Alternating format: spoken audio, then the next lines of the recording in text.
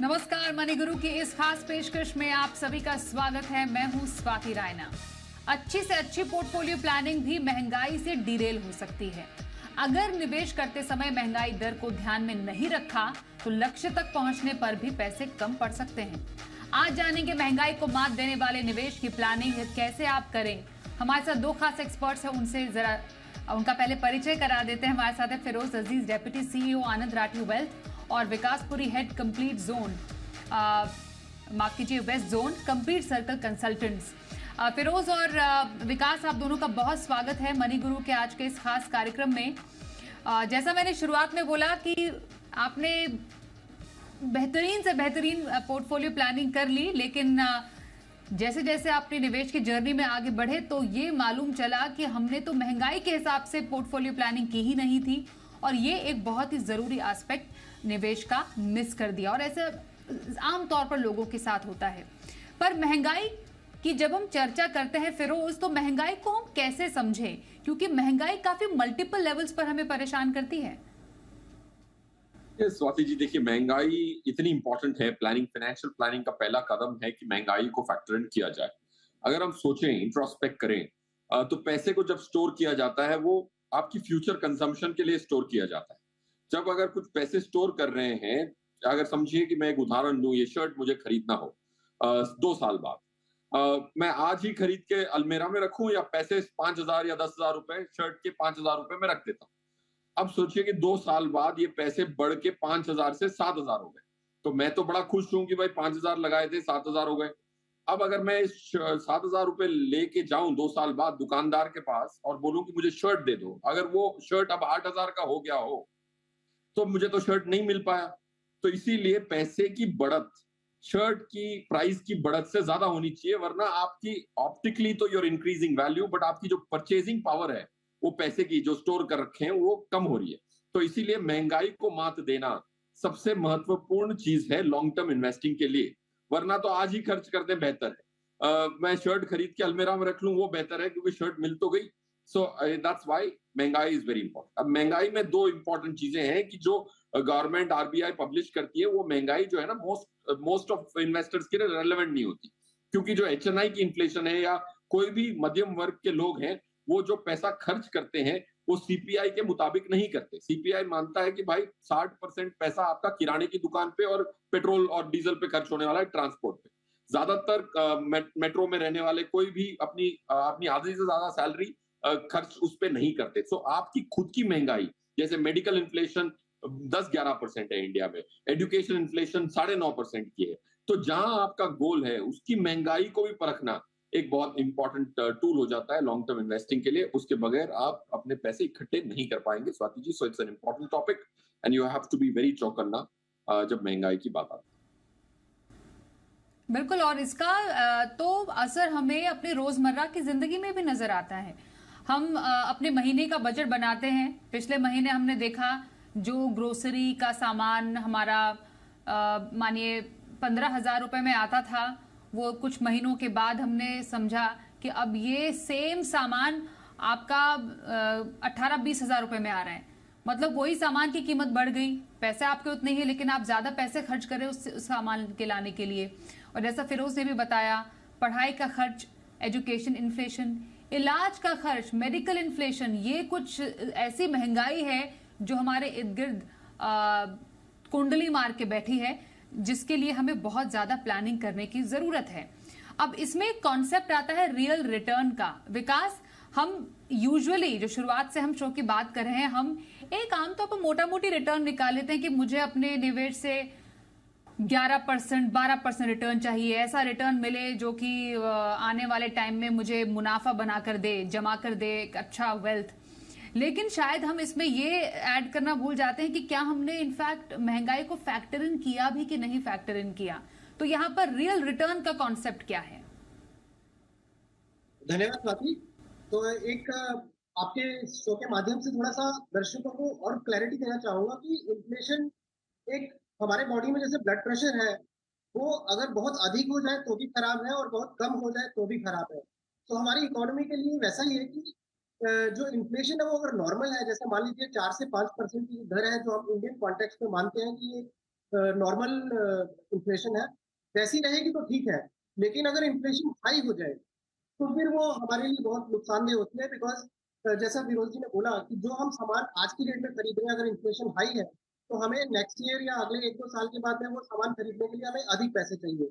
तो अब आप रियल रिटर्न की जब बात करते हैं तो मान लीजिए हमारा इन्फ्लेशन प्लस जो जीडीपी ग्रोथ है, अगर हमारा इन्फ्लेशन बहुत हाई हाई है तो हमें अपनी जो इन्वेस्टमेंट की यील्ड है या पोर्टफोलियो की यील्ड है उसको इन्फ्लेशन को बीट भी करना है और उससे थोड़ा अधिक भी होना चाहिए, because there is a tax component also attached to it. तो इन्फ्लेशन खाली आपका ऐसा नहीं कि आपने इन्फ्लेशन को बीट कर लिया या बीट कर लिया तो हमारा काम हो गया। आप एक एग्जाम्पल के तौर पे बताता हूँ कि जैसे मान लीजिए 7% की एफडी आप करते हैं और उसमें अगर 33% या 30% टैक्सेशन चला गया तो इन्फ्लेशन तो बीट ही नहीं हुआ, बीट भी नहीं हुआ।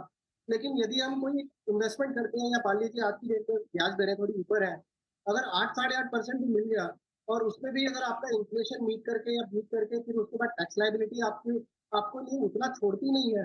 जैसा कि रोजी ने बोला कि फूड इन्फ्लेशन या अदर इन्फ्लेशन या मेडिकल इन्फ्लेशन जो है वो 9-10% के ऊपर भी जाती है। तो रियल रिटर्न के लिए आपको एक ऐसा पोर्टफोलियो की जरूरत है जो आपका इन्फ्लेशन को बीट करे, आपके टैक्सेशन को भी ध्यान में रखे, फिर उसके बाद जो बचता है तब जाके आपकी जरूरतें पूरी होगी। तो आइडियली इंडियन कॉन्टेक्स्ट में अगर आप देखेंगे तो एक 11-12% या 10-11% के ऊपर का पोर्टफोलियो है, इसको हम एक सही मापदंड में मानेंगे कि ये पोर्टफोलियो आपका एक डिसेंट रिटर्न दे रहा है। इसके नीचे जो भी होगा तो बहुत कट टू कट सिचुएशन चलेगी। हाँ बिल्कुल, अगर आप इन्फ्लेशन से नीचे ही अपनी कमाई कर रहे हैं तो वो तो आप डेफिसिट में हैं। आप मुनाफा कमाने की सोच रहे हैं, अच्छा, लेकिन इन्फ्लेशन आपका वो मुनाफा खा रहा है। तभी हम कह रहे हैं कि महंगाई को मात देने वाला इन्वेस्टमेंट कैसा हो। फिरोज, हम एक इन्फ्लेशन का अपने पोर्टफोलियो पर कैसे इम्पैक्ट देखते हैं, क्योंकि इस उदाहरण से कई लोगों को शायद मालूम चल जाए कि जो उन्होंने एक आइडियल अमाउंट रखा था, मानिए अपने रिटायरमेंट के लिए, कोई 30 साल का कोई व्यक्ति है, उसने सोचा कि मैं 30 साल के बाद रिटायर हो जाऊं और रिटायरमेंट पे मुझे लगभग 2 करोड़ रुपए चाहिए। ये सोच के कि 2 करोड़ रुपए तो बहुत रकम होती है, लेकिन शायद उन्होंने ये नहीं फैक्टर इन किया कि 2 करोड़ रुपए की कीमत होगी क्या 30 साल के बाद। तो इसको जरा उदाहरण से समझाइए कि महंगाई जब यहां पर जुड़ जाती है तो इस 2 करोड़ की वैल्यू रह क्या जाती है 30 साल के बाद। सही कहा स्वाति जी, हम सब प्रचार करते हैं कि लॉन्ग टर्म इन्वेस्टिंग करें, कंपाउंडिंग का फायदा होता है। वैसे ही लॉन्ग टर्म इन्वेस्टिंग में इन्फ्लेशन भी कंपाउंड हो जाता है। तो जो दुश्मन है पैसे का या बढ़त का, वो भी तो कंपाउंड हो रहा है।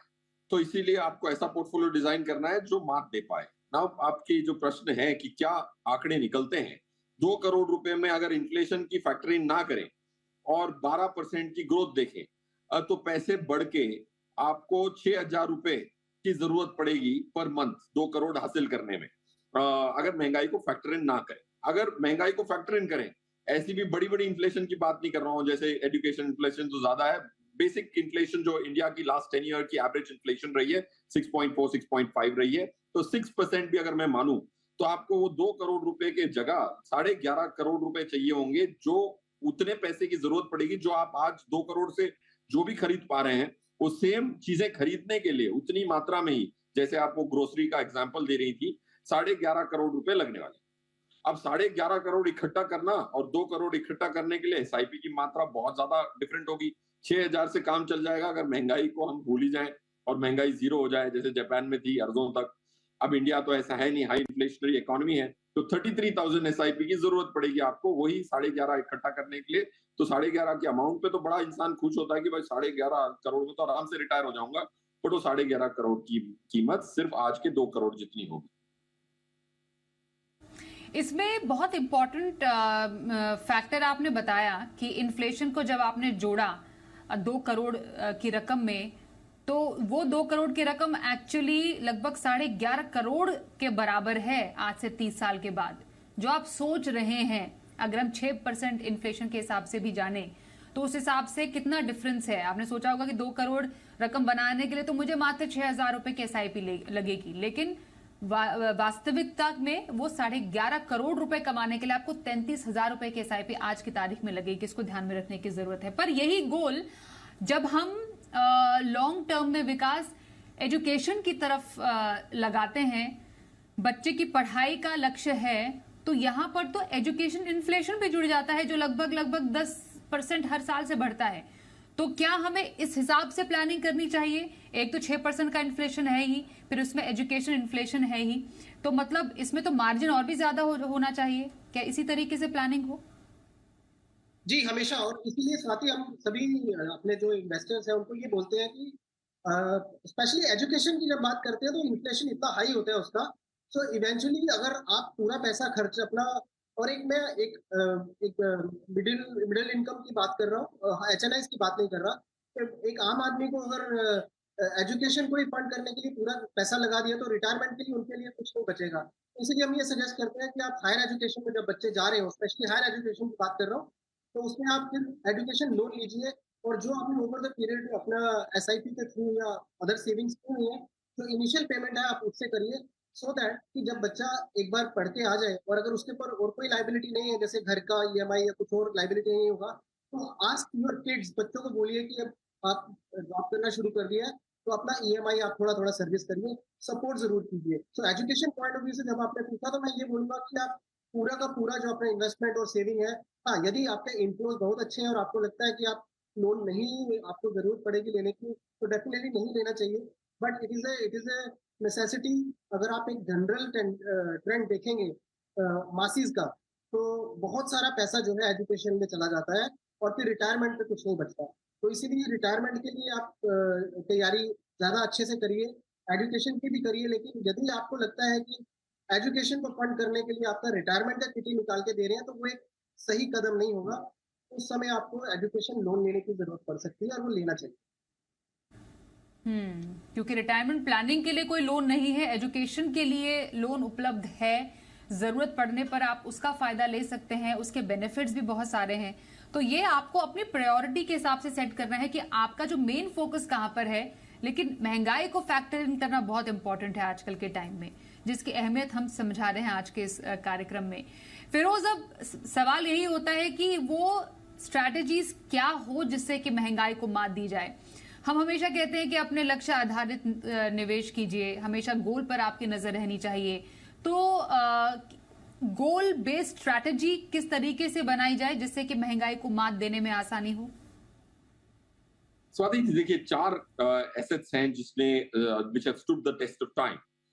2 ग्रोथ एसेट्स हैं, रियल एस्टेट और इक्विटीज ग्रोथ एसेट मानी जाएंगी, gold and debt protection asset मानी जाएंगी। ये क्लैरिटी बहुत जरूरी है इन्वेस्टर के माध्यम से। अब अगर आपको महंगाई को मात देना है तो इक्विटीज एंड रियल एस्टेट का सहारा लेना पड़ेगा। अब रियल एस्टेट के खुद के इतने डिसएडवांटेजेस हैं, क्योंकि अमाउंट ज्यादा होती हैं, ट्रांजैक्शन कॉस्ट एक्स्ट्रोनॉमिकल होती है, तो इक्विटी एक मात्र जरिया हो जाता है जो इन्फ्लेशन बीटिंग रिटर्न जरूर दे सकता है। अब इक्विटी में इन्वेस्ट करने में लोगों को दिक्कत इसीलिए होती है क्योंकि वो उतार चढ़ाव दिखाता है, बट लंबी अवधि में हमेशा अच्छा रिटर्न देता ही देता है अगर आप सही व्हीकल से इक्विटी में पार्टिसिपेट करें, ना कि 4 स्टॉक खरीद के ये प्रार्थना करें कि 15-20% की रिटर्न आ जाएगी, 2 स्टॉक अगर आधे हो गए, तो लोगों का तजुर्बा इक्विटी से खराब होता है। लास्ट 22 सालों में इक्विटी ने सिर्फ 4 कैलेंडर ईयर्स में नेगेटिव रिटर्न दी। बट कोई भी रिटेल निवेशक से बात करो तो उनकी जो इक्विटी की परसेप्शन है वो रिस्क कई ज्यादा उनके मन में है। बट अगर 22 साल में सिर्फ 4 ऐसे कैलेंडर ईयर हैं जहां नेगेटिव रिटर्न आई है, तो हमें ये प्रचार करना चाहिए। और इक्विटी एक बहुत बेहतरीन इन्फ्लेशन बीटिंग एसेट तो है ही, पॉइंट 1। पॉइंट 2, अगर समझो किसी के पास छोटी अवधि का है जैसे 3 साल, तो 20 लाख की बेंचमार्क और पासिंग मार्क हो जाएगी 23 लाख की। तो आपको 3 साल में 23 लाख को तो बीट करना ही करना है ताकि महंगाई को मात दे पाए। तो ये करने के लिए अगर आप 30 इक्विटी और 70 डेट भी करते हैं तो मेरे हिसाब से ये 23 लाख को आप पासिंग मार्क को पार कर जाएंगे। अगर आपके पास 5 साल है, जैसे मैं कह रहा था कि इन्फ्लेशन भी कंपाउंड होती है, तो आपको अब 67 लाख पासिंग मार्क चाहिए होगी 50 लाख पे, ना कि 20 लाख के 23 नहीं, 50 के 67 चाहिए होगी। तो उसके लिए आपको 70-30, 70 फेवरिंग इक्विटी की पोर्टफोलियो स्ट्रेटजी की जरूरत पड़ेगी। अब आप देखिए उदाहरण जो 15 साल वाला है, ये क्लियरली दर्शाता है कि कैसे इन्फ्लेशन भी कंपाउंड होती है। अगर 1 करोड़ रुपए की अमाउंट की जरूरत थी तो अब पासिंग मार्क 1 करोड़ नहीं है, 2.39 करोड़ की है। तो आपको 80-20 की स्ट्रेटजी लगेगी, 80 इक्विटी 20 डेट। ये मैं मानता हूं कि बाकी अदर एसेट्स तो इंडियंस को बड़ा प्रेम है फिजिकल एसेट से, वो तो ऑलरेडी एक्सपोजर ले ही लेते हैं। इंडिया में 51% of the Indian house hold savings is in physical assets. तो उसको मैं छोड़ के ये 2 की प्रोपोर्शंस बता रहा हूं। तो ये पासिंग मार्क अगर आपको पार करना है तो ये allocation from an asset allocation stand point would be relevant. तो एसेट एलोकेशन बहुत इंपॉर्टेंट है, जैसा फिरोज बता रहे हैं कि छोटी से लंबी अवधि तक आपको लगभग कैसा इक्विटी टू डेट एलोकेशन रखना चाहिए अपने पोर्टफोलियो में, और वास्तविक के साथ जो आपका महंगाई को जोड़कर कॉर्पस जो आपका होना चाहिए उस हिसाब से आपको प्लानिंग करनी चाहिए। सही एसेट मिक्स के हिसाब से विकास, यूजुअली हम कहते हैं कि जो इक्विटी है वो मात देने में कारगर है किसी भी महंगाई की सिचुएशन में।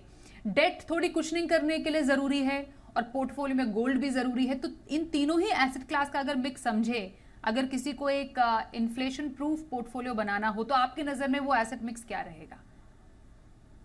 क्या होता है कि हर एक मिक्स जो है वो एक इंडिविजुअल की रिस्क एपिटाइट के ऊपर डिपेंड करेगा, उसकी प्रोफाइल के ऊपर डिपेंड करेगा। यदि हम एक एग्रेसिव इन्वेस्टर ले लेंगे तो उनका equity exposure can go as high as 70% 80%। But अगर हम ये मान के चलें कि कंजर्वेटिव इन्वेस्टर्स जो रिस्क नहीं लेना चाहते, ये प्लीज मान के चलें कि without equity exposure long term basis पे आप इन्फ्लेशन को बीट नहीं कर पाएंगे। जैसे इस समय फिक्स डिपॉजिट के रेट्स अच्छे चल रहे हैं, तो प्रोबेबली अभी जैसे रिसेंट डेटा आया कि इन्फ्लेशन 5% की दर से नीचे आ गई है इंडिया में, जो अप्रैल का भी डेटा आया है। पर इस तरह के मौके हमेशा बार बार नहीं होंगे कि जहाँ पे आपका फिक्स डिपॉजिट रेट बहुत हाई होंगे और इन्फ्लेशन बहुत लो होगा। ये क्वार्टर ऑन क्वार्टर थोड़ा बहुत चेंज होता ही रहेगा। लेकिन इक्विटी का आपका, आप जितने भी कंजर्वेटिव इन्वेस्टर रहें, तो भी 15-20% अगर इक्विटी आपके पोर्टफोलियो में नहीं है तो आप इन्फ्लेशन को बीट नहीं कर पाएंगे।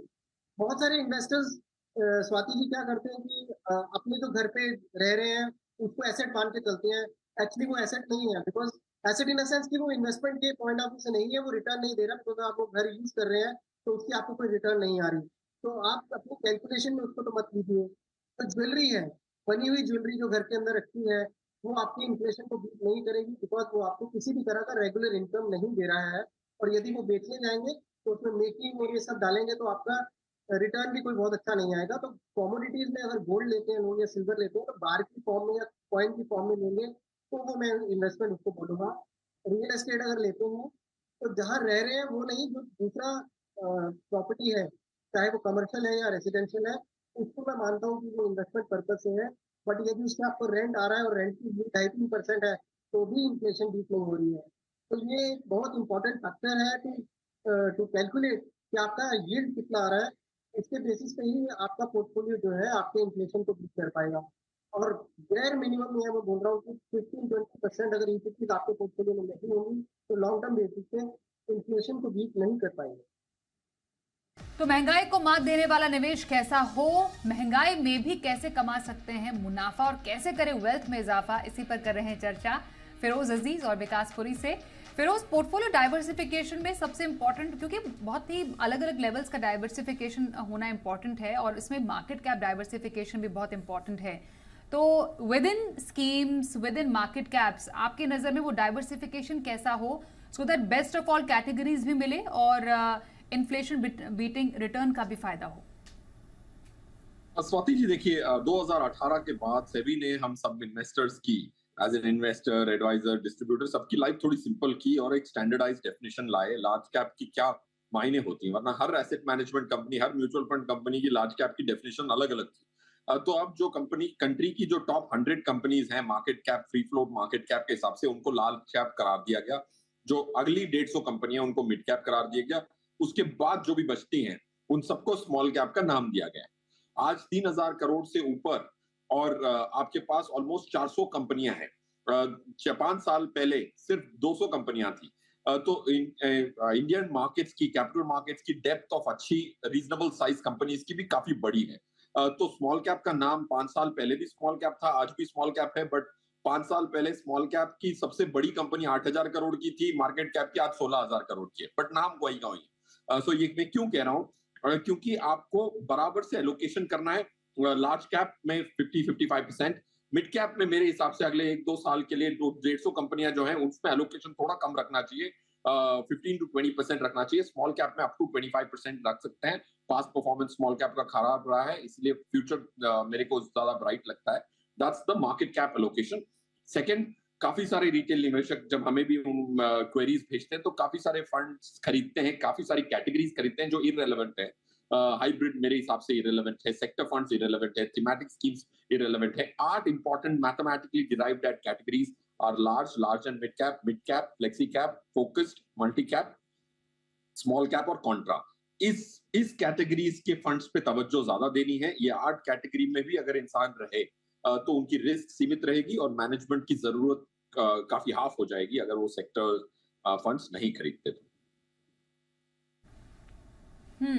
और विकास, आपकी नजर में कौन सी कैटेगरीज हैं जो कि डाइवर्सिफिकेशन के लिए अभी एट द मोमेंट पोर्टफोलियो में शामिल की जानी चाहिए?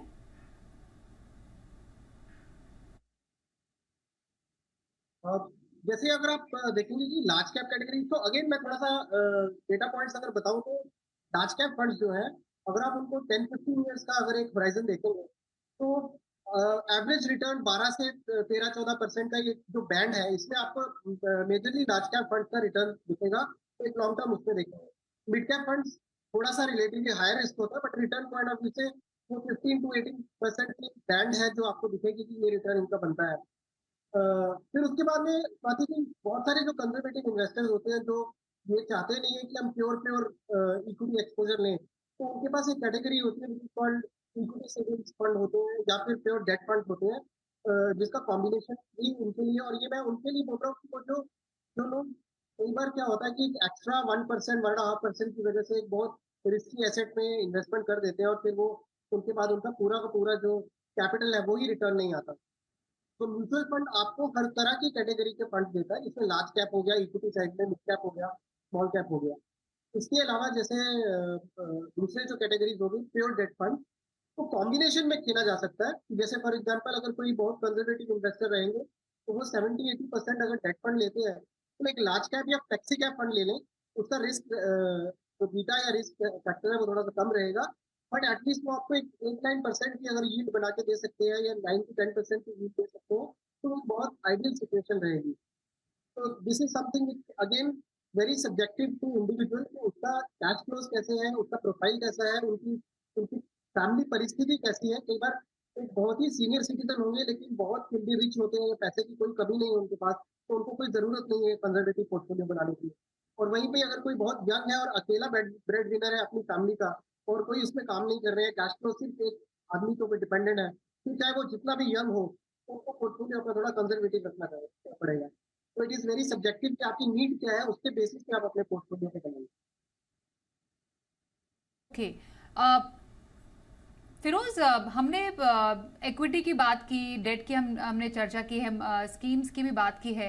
जो बाकी एसेट क्लास है, जैसे हम रियल एस्टेट की बात करते हैं, उसमें लोगों का मानना है कि उसमें भी मतलब वो ट्रेडिशनली काफ़ी ज़्यादा लोगों की पसंद रहा है इन्वेस्ट करने का, पर जब महंगाई को मात देने की बात आती है तो रियल एस्टेट कहाँ स्टैंड करता है? तो महंगाई को मात देने के लिए रियल एस्टेट एक बहुत बड़ा एसेट क्लास है। हाँ, पूरी इंडिया ही रियल एस्टेट है, कमर्शियल है, रेसिडेंशियल है, लैंड है, हम सब रियल एस्टेट में बैठे हैं। तो रियल एस्टेट की जो बर्ताव है वो अलग अलग कैटेगरीज में बहुत डिस्टिंक्टली डिफरेंट है। अगर आप रेसिडेंशियल प्रॉपर्टी की बात करें तो हमने एक रियल एस्टेट एग्जिट डिपार्टमेंट चालू किया था 2-3 साल पहले। लास्ट ईयर हमने 47 प्रॉपर्टीज क्लाइंटों की बिकवाई। तो उसमें जो एवरेज होल्डिंग पीरियड आई, ये सब रेसिडेंशियल प्रॉपर्टीज अपार्टमेंट्स की बात कर रहा हूं, इन डिफरेंट सिटीज, 13.68 इयर्स की होल्डिंग पीरियड थी। 58 करोड़ डाले थे, निकल के आए 125 करोड़। रिटर्न अगर पर एनम, जो रियल एस्टेट में कोई भी कैलकुलेट नहीं करता है, अगर पर एनम कंपाउंडेड रिटर्न इस 47 प्रॉपर्टीज की कंप्यूट करूं बिफोर ट्रांजैक्शन कॉस्ट तो 6.99% आई।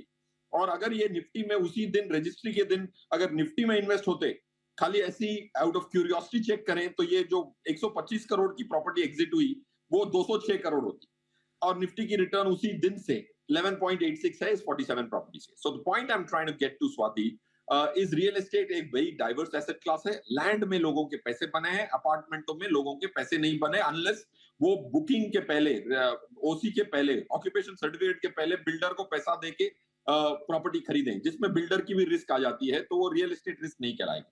सो पॉइंट मैं ये कह रहा हूं कि अगर आप लैंड खरीदते हैं तो आप इन्फ्लेशन बीट कर सकते हैं। अगर आप अपार्टमेंट खरीद के ये मान रहे हैं कि हैंडसमली आप इन्फ्लेशन को बीट कर पाएंगे, डेटा ये नहीं कहता। बट इंडियंस की आदत है कि वो रियल एस्टेट को कितने गुना में उसमें मेजर करते हैं कि मेरे पैसे 4 गुना हो गए, 3 गुना हो गए, 10 गुना हो गए। सबसे बड़ा से बड़ा एचएनआई, अल्ट्रा एचएनआई भी per annum compounded return real estate पे अनफॉर्चुनेटली कैलकुलेट नहीं करते, इसलिए उनको समझ नहीं है कि कितनी रिटर्न बनी है पर एनम। आप अपने खुद के एक्स्ट्रा होम्स की कंपाउंडेड रिटर्न करेंगे तो ये 7-8% से ज्यादा आने की संभावना रेसिडेंशियल 10 इयर्स की होल्डिंग पीरियड पे नहीं आ रही।